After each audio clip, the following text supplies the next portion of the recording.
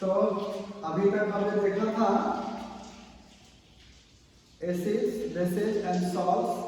और सॉल्ट्स में हमने देखा caustic soda NaOH, washing soda Na2CO3 10H2O and baking soda NaHCO3. Now two more compounds we have to see. हम लोग दो और कंपाउंड्स के बारे में देखेंगे। ये है bleaching powder. Bleaching powder Virendra छोड़ इसको हम लोग बोलते हैं। और इसका प्रिपरेशन जो होता है वो स्लैग लाइम, बुझा हुआ चूना या कैल्शियम, इसी को बोलते हैं कैल्शियम हाइड्रोक्साइड के ऊपर में जब क्लोरीन गैस पास किया जाता है एट 40 डिग्री सेल्सियस, कितना 40 डिग्री सेल्सियस पे, तो ब्लीचिंग पाउडर CaOCl2 बनता है। When chlorine gas is passed over, this is the slag line. When chlorine gas is passed over slag line, then CaOCl2 plus H2O. This is known bleaching powder CaOCl2, or chemical name is calcium oxychloride. So this is the bleaching powder. Bleaching powder.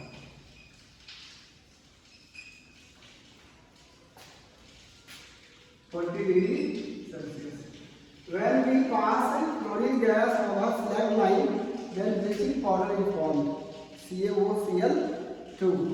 Now, this is the process of making the bleaching powder. And Cl2 we get from, once again, brine, from sodium chloride, from common salt. तो ये जो चाहे sodium, चाहे caustic potash हो, चाहे sodium carbonate हो, चाहे sodium hydrocarbonate हो, चाहे ब्लीचिंग पाउडर हो, सब हम वही कॉमन साल से प्राप्त करते हैं। इसके जो रॉ मटेरियल्स होते हैं वो NaCl से, ब्राइन से। अब हम इसका देखेंगे यूजेस। इसका नाम है ब्लीचिंग पाउडर। ये ब्लीच करता है, ये धब्बों को, रंग को डिकलराइज करता है। इसीलिए फर्स्ट है उपयोग और bleaching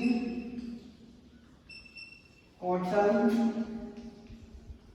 and linen in textile industry, in textile industries,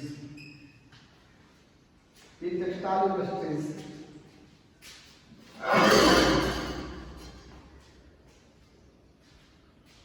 second है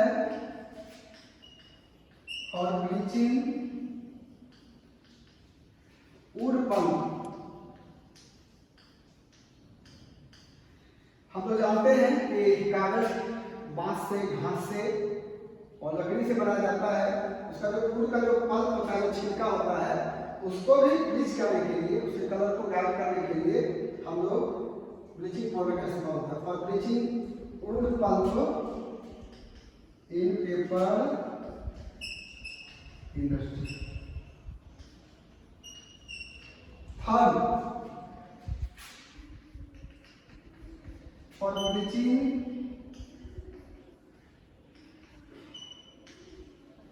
washed clothes in laundry.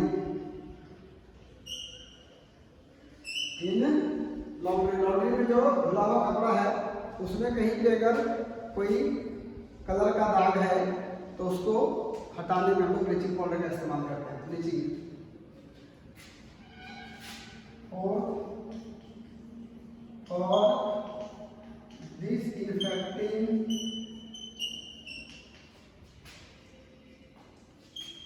drinking water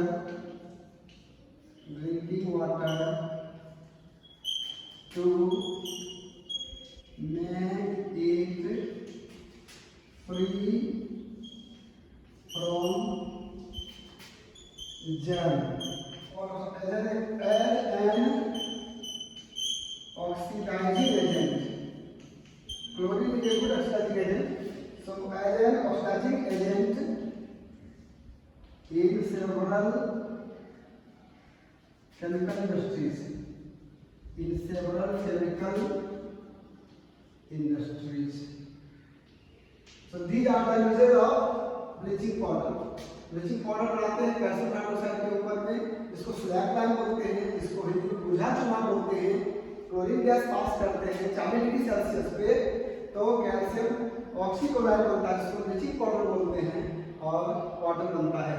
अब इस ब्लीचिंग पाउडर का इस्तेमाल पहला for bleaching cotton and linen in textile industries, for bleaching wood pulp in paper industries, for bleaching washed clothes in laundry, for disinfecting drinking water to make it free from germ. Germ से मतलब इसको free करने के लिए हम लोग disinfecting के रूप में इस्तेमाल करते हैं। As an oxidising agent in several chemical industries, बहुत सारे केमिकल इंडस्ट्रीज में इसका उपयोग हम लोग ऑक्सीडाइजिंग एजेंट के रूप में करते हैं because chlorine is a good oxidising agent. So this is all about bleaching powder. अब पांचवा है plaster of Paris. Plaster of Paris CaSO4 half H2O।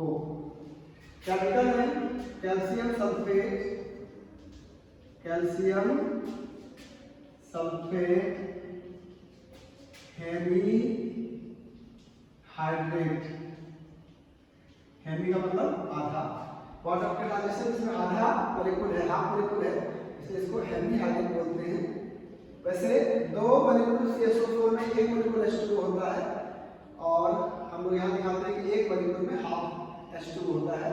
तो calcium sulphate Hemy hydrate is called plaster of Paris. अब इसको plaster of Paris क्यों कहते हैं? क्योंकि इसे प्लास्टर करते हैं जो हड्डियों को जोड़ने के काम में आता है।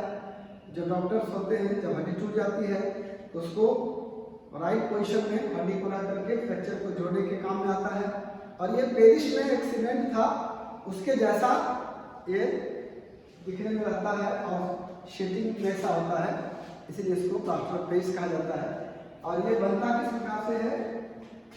When gypsum CaSO4 2H2O, this is your gypsum। क्या है? जिप्सम। इस जिप्सम को हीट करते हैं 373 केल्विन पे, तो इसका जो वाटर मॉलिक्यूल है CaSO4 हाफ H2O रहता है और 1/2 H2O जो है वो निकल जाता है, तो ये बन जाता है प्लास्टर ऑफ पेरिस। जिप्सम से बनता है plaster of Paris. So for getting the plaster of Paris, we have to heat gypsum very carefully so that 1/2 molecule H2O should escape out and we will get CaSO4 half H2O means plaster of Paris. अब इसका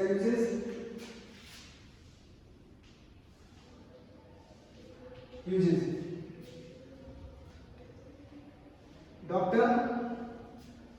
Doctors use this plaster of Paris to join a fracture bone, to keep the fracture bone in proper position.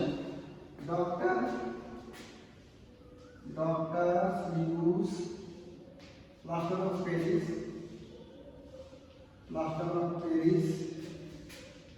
to keep fractured bone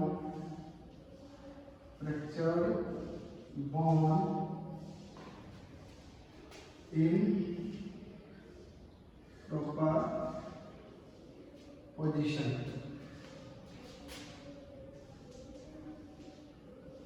For joining them. First use. Second, for making twice and statues. Third, or as higher to.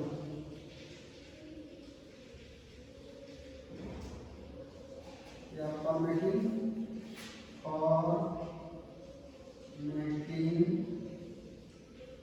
higher proof building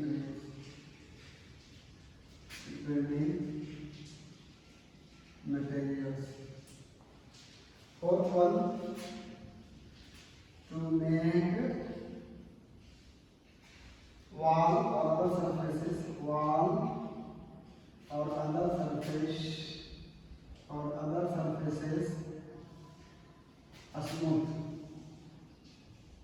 smooth. तो ये इस्तेमाल हम लोग इसका उपयोग करते हैं plaster of Paris का। डॉक्टर जो है वो फ्रैक्चर बोन को प्रॉपर पोजीशन में रखने के लिए प्लास्टर ऑफ पेरिस का इस्तेमाल करते हैं और इसे जो हड्डी है वो प्रॉपर वे में एक दूसरे के संपर्क में रहती है और धीरे धीरे वो जो है वो बगैर हिले डुले रहने के कारण धीरे धीरे वो आपस में जुड़ जाती है। सेकंड है इसे खिलौने बनते हैं, इसे मूर्तियाँ बनती हैं। थर्ड है इसे फायर प्रूफ मटेरियल बनाते हैं बिल्डिंग के लिए। एंड फोर्थ है कि वॉल को अगर हम लोग स्मूथ जैसे बनाना चाहते हैं, जो समोसे वगैरह होता है उस तरह का, तो प्लास्टर ऑफ पेरिस का भी लेयर हम चढ़ा सकते हैं। तो ये है प्लास्टर ऑफ पेरिस का यूज। लेकिन अब ये जो फ्रैक्चर बोन को प्रॉपर पोजीशन में रखता है उसके पीछे का तथ्य क्या है, कैसे रखता है, उसको थोड़ा सा हम लोग जान लें। क्या करते हैं कि हम लोग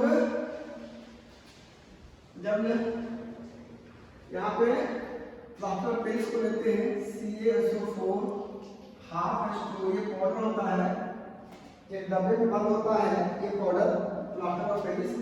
इसको जल में इसको जो है वो मिलाते हैं 1.5 H2O के साथ ही रिएक्ट करता है। इसमें जब जल मिलाते हैं तो once again it becomes gypsum, ये जिप्सम बन जाता है plaster of Paris. This is the reverse reaction plaster of Paris. यहाँ पर उल्टा रिएक्शन हो रहा है। जिप्सम को जब हम गर्म करते थे तो 373 केल्विन पे तो CaSO4 हाफ H2O और प्लस 1.5 H2O बनता था। लेकिन यहाँ पर उल्टा है कि जब हम प्लास्टर ऑफ पेरिस में पानी को मिलाते हैं, वाटर मिलाते हैं, तो फिर से ये जिप्सम बन जाता है and it is very hard and gypsum is very hard just like rock found in Paris. Paris में एक रॉक है, उसके जैसा ये कड़ा हो जाता है और ये हड्डियों को जो है वो मूव नहीं करने देता, प्रॉपर पोजीशन बनाया रहता है। तो अब क्या है कि यदि इस प्लास्टर ऑफ पेरिस में अगर कहीं से भी पानी आ जाए, वाटर इसको मिल जाए, ये जिप्सम बन जाएगा और वो कड़ा हो जाएगा, सीमेंट की तरह जम जाता है। इसीलिए प्लास्टर ऑफ पेरिस को हमेशा एयर टाइट वेसल में रखा जाता है, एयर टाइट बर्तन में रखा जाता है ताकि हवा ना लगे। और हवा लगने से एयर में जो मॉइस्चर उपलब्ध होता है, जो वाटर वेपर मौजूद होता है, उसे रिएक्शन करेगा और रिएक्शन करके ये जिप्सम बना देगा और फिर वो हार्ड हो जाएगा और फिर वह किसी भी काम के लायक नहीं रहेगा, वो बेकार हो जाएगा, यूजलेस हो जाएगा। इसीलिए प्लास्टर ऑफ पेरिस को हमेशा क्या करते हैं, हम एयर टाइट बोतल में या बर्तन में या डब्बे में रखते हैं। ये क्वेश्चन पूछेगा कि क्यों उसको हम एयर टाइट वेसल में रखते हैं।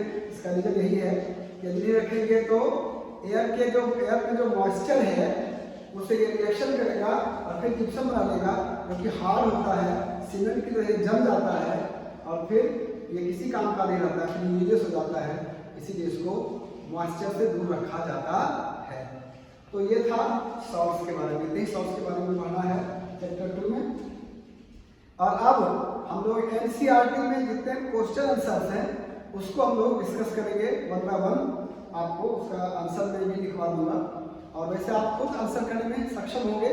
जब मेरा पूरा लेक्चर आप सुनेंगे एसिड बेसिस सॉल्ट्स पे, तो कोई भी ऐसा क्वेश्चन नहीं है, चाहे वो किसी भी बुक से हो, चाहे वो एनसीईआरटी बुक से हो, चाहे कोई और भी बुक रेफरेंस बुक हो, आप उसको बनाने में एबल होंगे।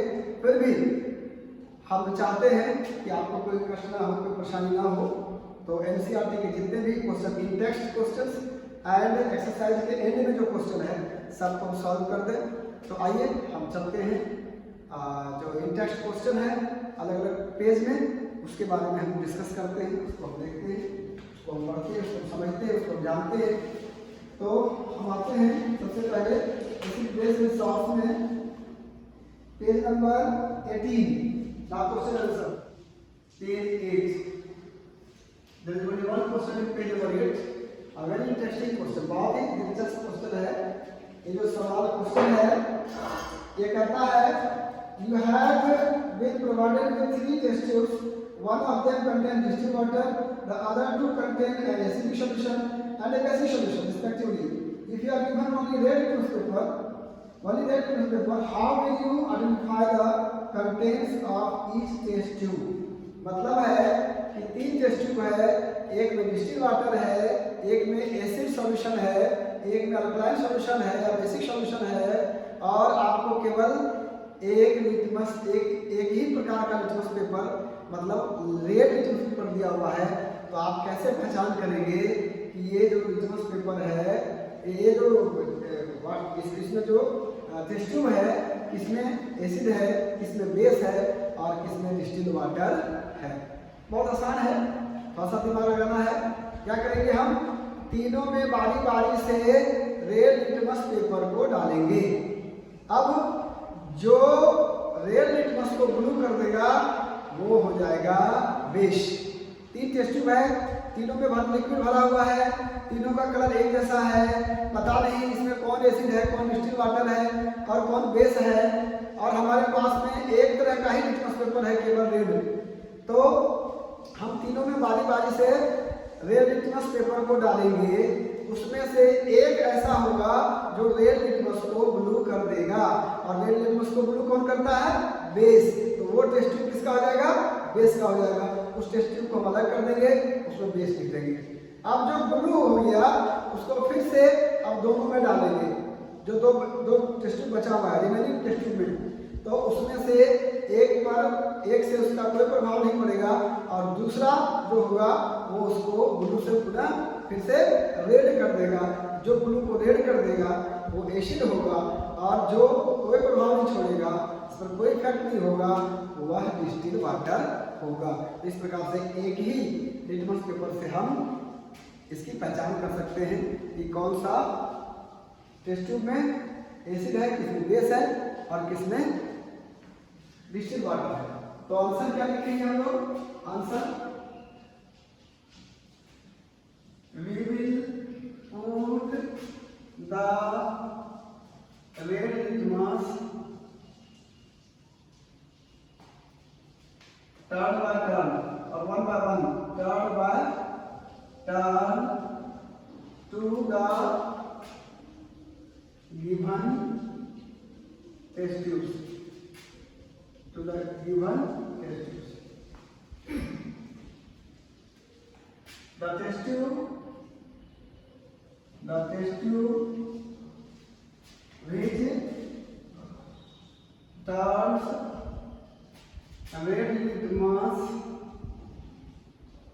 red litmus blue will be this. Now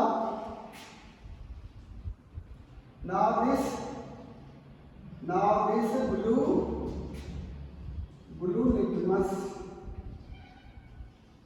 paper will be put in the remaining 2 test tubes.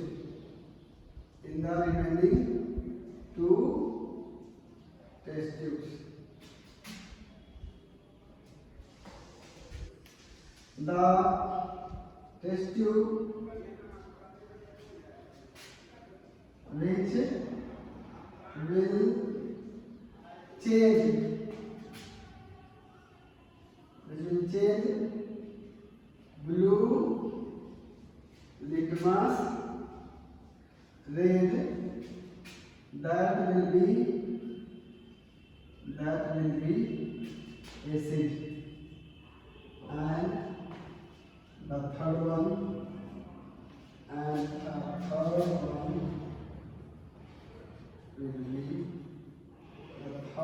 will be distilled water.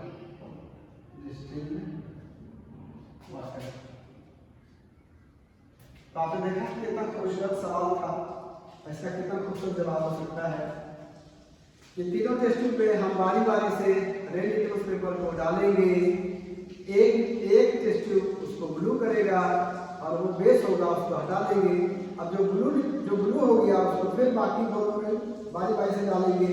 जो उसको रेड कर देगा वो एसिड हो जाएगा और जो बचा वो डिस्टिल वाटर होगा। ये इसका आंसर था। Page 18 and the next is your page 22. Page 22. Three questions in page 22.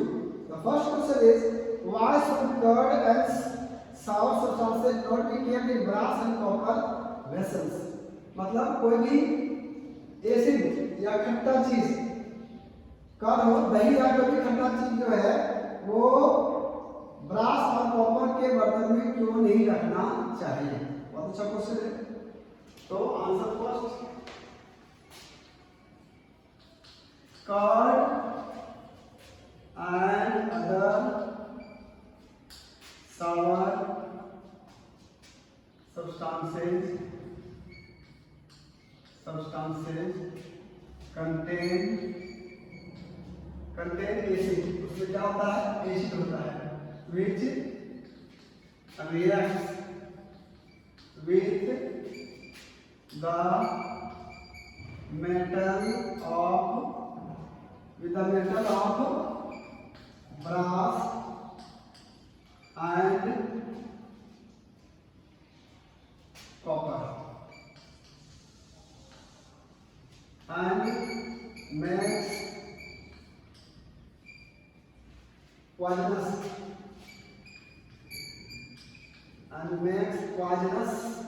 salt.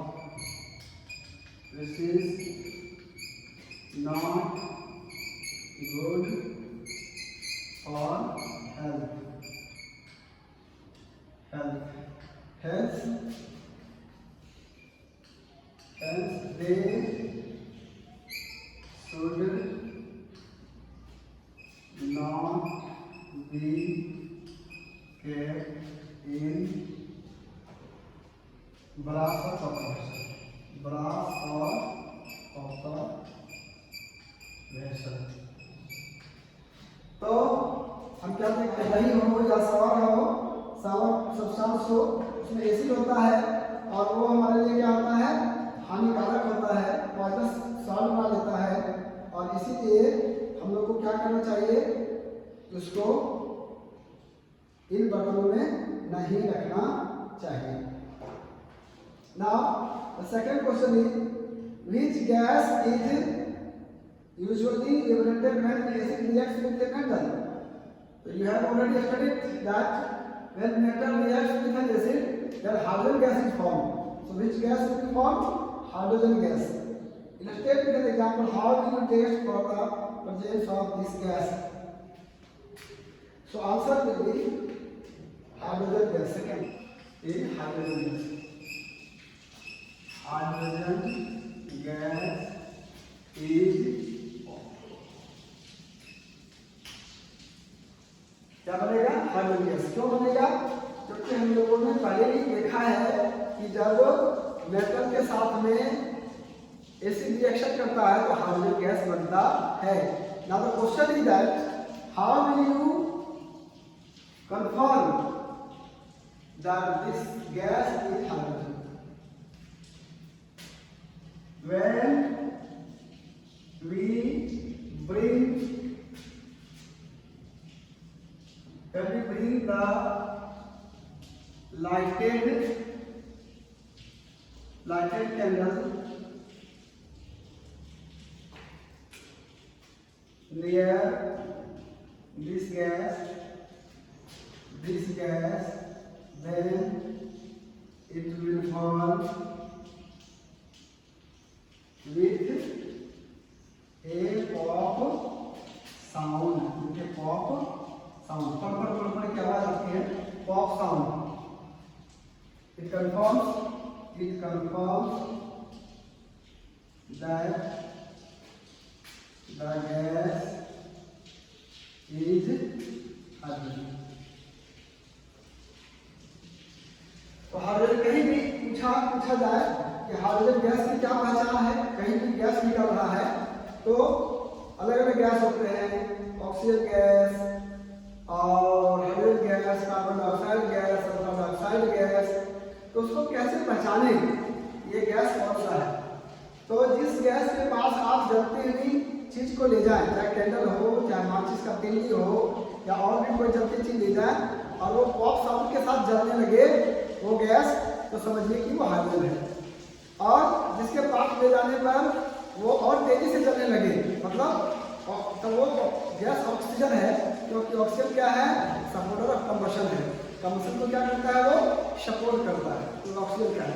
फिर कार्बन डाइऑक्साइड का है, उसकी भी पहचान, उसको जब हम लोग चूने के जल में पास करते हैं तो चूने के जल को वो मिल्की बना देता है, दूधिया बना देता है।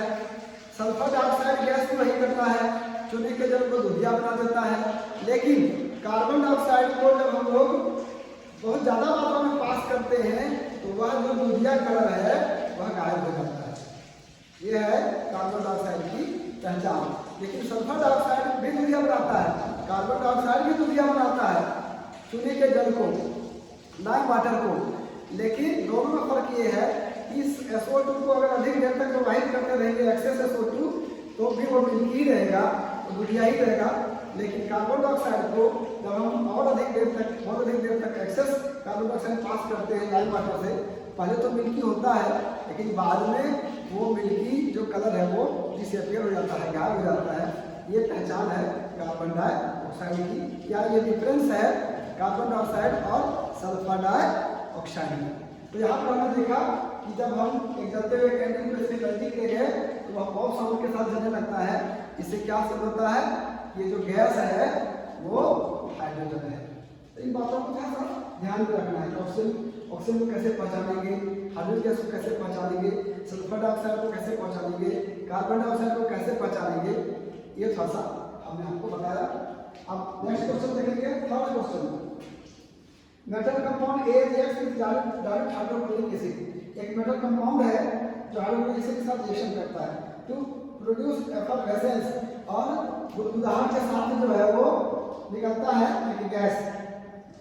The gas involve extinguishing a burning candle, जो जलते हुए कैंडल को बुझा देता है।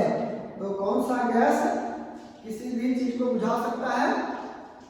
Certainly that gas will be carbon dioxide, मतलब कार्बन डाइऑक्साइड बन रहा है, ये क्लियर हो गया ना। Write a balanced chemical equation for the reaction if one of the compounds formed is calcium chloride। इसमें एक कंपाउंड जो बना है वो दे दिया है कैल्शियम क्लोराइड है, और गैस बन रहा है वो हमें पता चल गया क्योंकि वो जलते हुए कैंडल को बुझा रहा है और एफरवेसेंस के साथ, बुदबुदाहट के साथ निकल रहा है।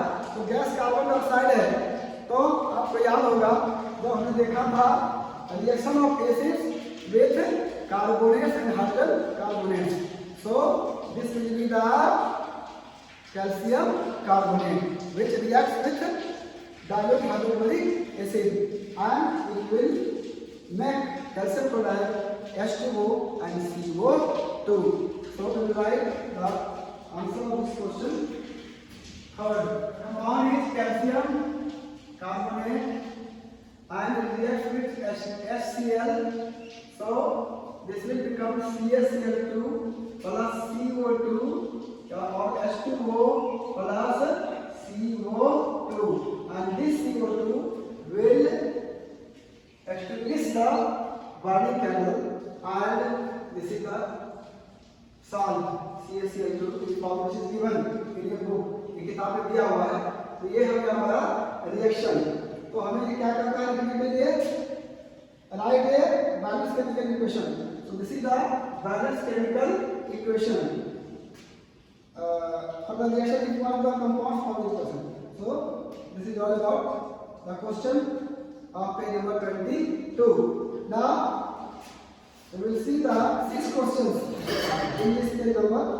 First question is, why do HCl, HNO3, etc. show acidic characters in aqueous solution, while solutions of compounds like alcohol and glucose do not show acidic character? तो एसिडिक कैरेक्टर कौन शो करेगा हम जानते हैं, जो वाटर में dissolve होने के बाद में H+ आयन देगा. तो HCl HNO3 gives H+ ion when dissolved in water. That's why they show the acidic character. But glucose and alcohol do not give H+ ion when dissolved in water, so they will not show the acidic character. Very simple. So answer will be first page number 25. First question answer. HCl and HNO3 provides H+ ion when they are dissolved in water. So they are acidic. But alcohol and glucose, glucose and alcohol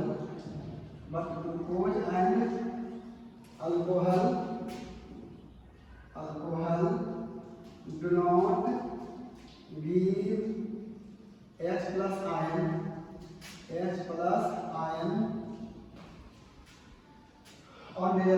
on dissolving in water. So they do not show the acidic character. सीधी सी बात है, HCl HNO3 जब भी घुल करके H+ ion देते हैं, इसीलिए acidic character उनका है. ये लोग जो ग्लूकोज और अल्कोहल है वो जब भी घुल करके डिजॉल्व होकर के H+ आयन नहीं देते हैं, इसीलिए एसिडिक कैरेक्टर नहीं है. सीधी सी बात है. तो हम जानते हैं एसिड की क्या विशेषता होती है, एसिड में क्या होता है, तो बताना बहुत आसान है. लेकिन भी मैंने इस क्वेश्चन का आंसर लिखा आपके लिए. Second question, why does the aqueous solution of the acid contain acidity? Once again, the answer of this question is quite obvious, that acid breaks or ionizes in ions when dissolved in water, so electricity can pass through these ions easily.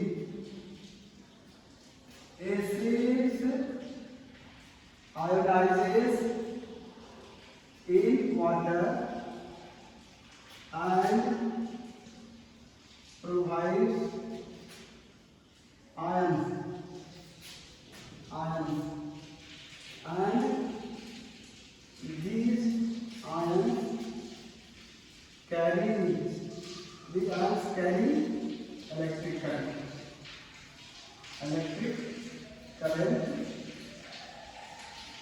Easily. And these ions carry electric current easily. So electric current can pass through the solution of an acid. This is the answer. The next question is your, why does dry HCl gas not change the color of the dry litmus paper? Very good question.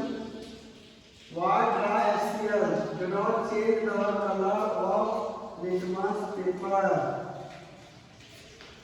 Answer third, because dry HCl does not give H+ ion, so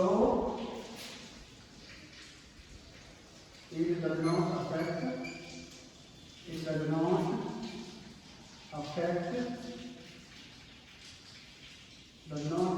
the litmus. उसको dry से जब तक हम उसको बार बार बोल रहे हैं कि एसिड को जब हम वाटर में डिजॉल्व करते हैं तब ये H+ आयन देता है, लेकिन जब ड्राई है तो H+ आयन देगा नहीं, और H+ आयन देगा नहीं तो लिटमस पर उसका कोई प्रभाव नहीं पड़ेगा।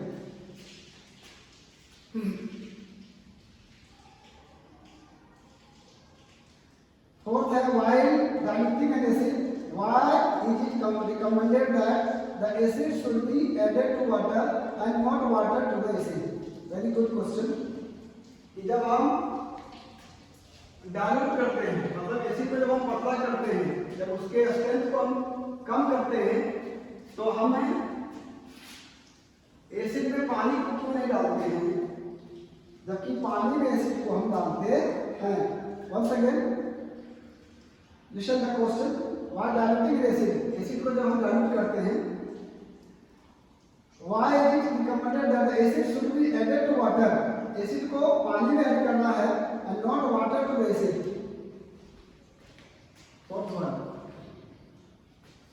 the reaction between acid and water is highly exothermic.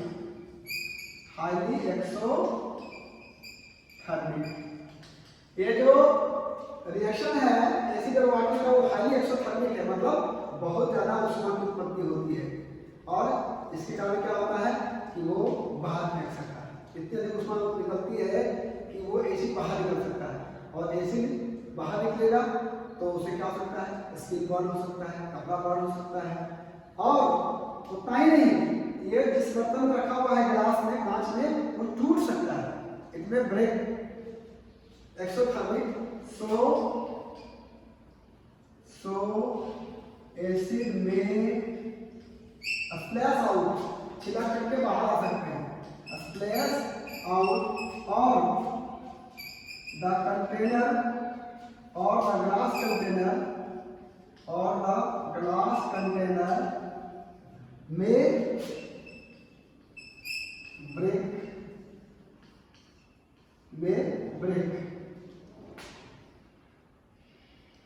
and it may cause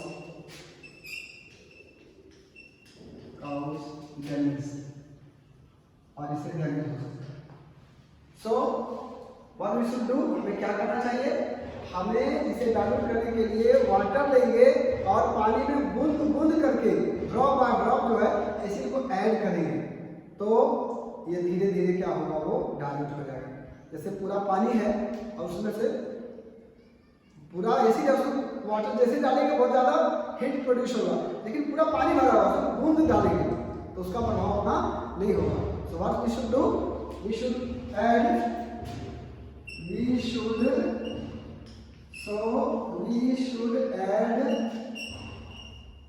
acid drop by drop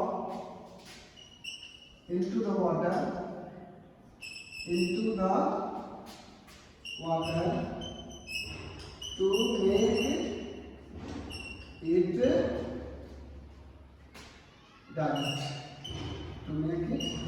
इसे डाइल्यूट करने के लिए क्या करेंगे, ड्रॉप बाय ड्रॉप पानी में एसिड को डालेंगे तो कोई दुर्घटना नहीं होगी। नेक्स्ट क्वेश्चन इज योर पांचवा, how is the concentration of hydrogen ions affected when a solution of an acid is diluted। अब जब डाइल्यूट करेंगे, जब पतला करेंगे, जब वाटर से मिलाएंगे, तो number of ions per unit volume जो है वो घटेगा, इसलिए कंसंट्रेशन क्या होगा, डिक्रीज करेगा। कंसंट्रेशन क्या करेगा, डिक्रीज करेगा।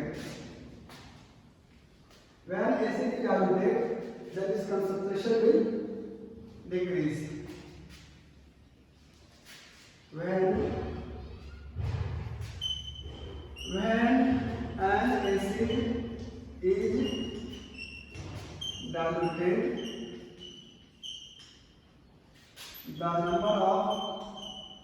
the number of ions, hydrogen ions, the number of H2O plus ions per unit volume will be will decrease, hence its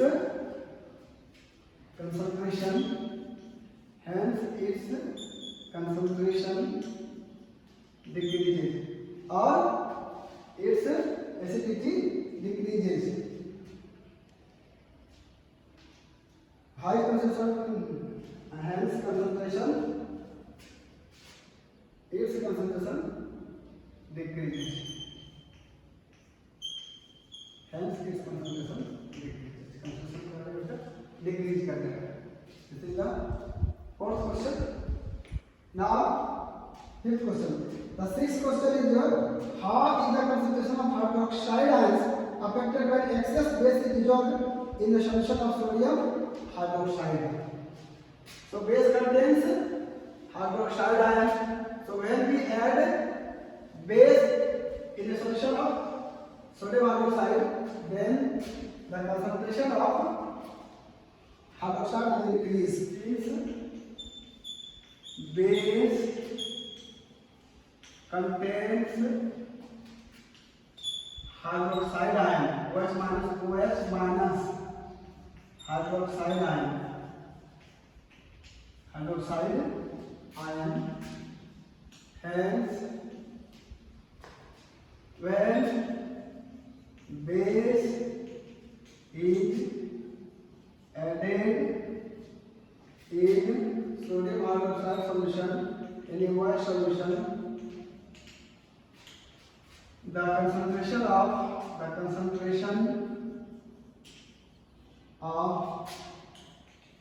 OH minus ion increases. जब इसको मिलाएंगे बेस को, जब हम लोग सोडियम हाइड्रोक्साइड तो ऑलरेडी है base, and when base is added to the solution of sodium hydroxide and base contains OH minus ion, hydroxide ion, so the concentration of hydroxide ion naturally will increase. तो क्या हो जाएगा? वो बढ़ जाएगा. अब कुछ और क्वेश्चंस बचे हुए हैं जिसको हम लोग नेक्स्ट टाइम करेंगे. बस आज इतना ही.